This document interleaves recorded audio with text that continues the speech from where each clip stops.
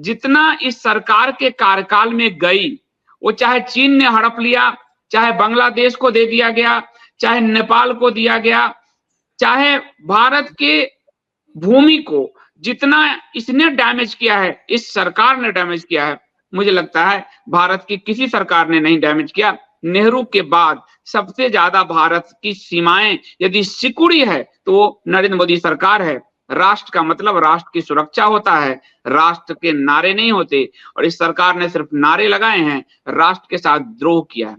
दूसरा कि भारत के हितों को हर जगह दांव पे लगाया है। हमारे संविधान में संप्रभुता कहा गया, भारत की संप्रभुता के आगे कुछ भी बड़ा नहीं है।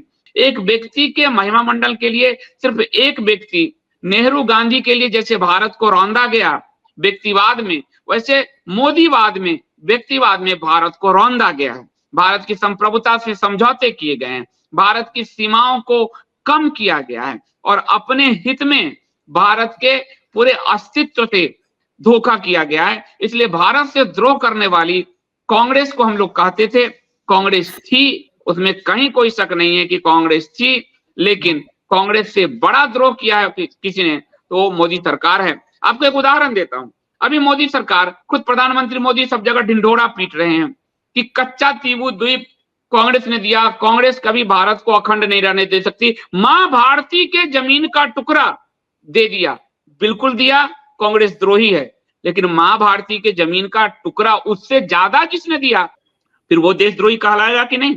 4000 वर्ग किलोमीटर जमीन जिसने चीन को दिया, वो देशद्रोही कहलाएगा या नहीं कहलाएगा? कच्चा तीबू वाला तो देशद्रोही कहलाएगा, पर कच्चा तीबू से ज्यादा 10,000 एकड़ जमीन जो बांग्लादेश को एक्स्ट्रा दिया, वो देशद्रोही कहलाएगा या नहीं कहलाएगा? नेपाल को जिसने भूमि दिया, वो देशद्रोही कहलाएगा या नहीं कहलाएगा? मालदीव में अपने हितों को जिसने दांव पे लगा दिया, वो देशद्रोही कहलाएगा या नहीं कहलाएगा?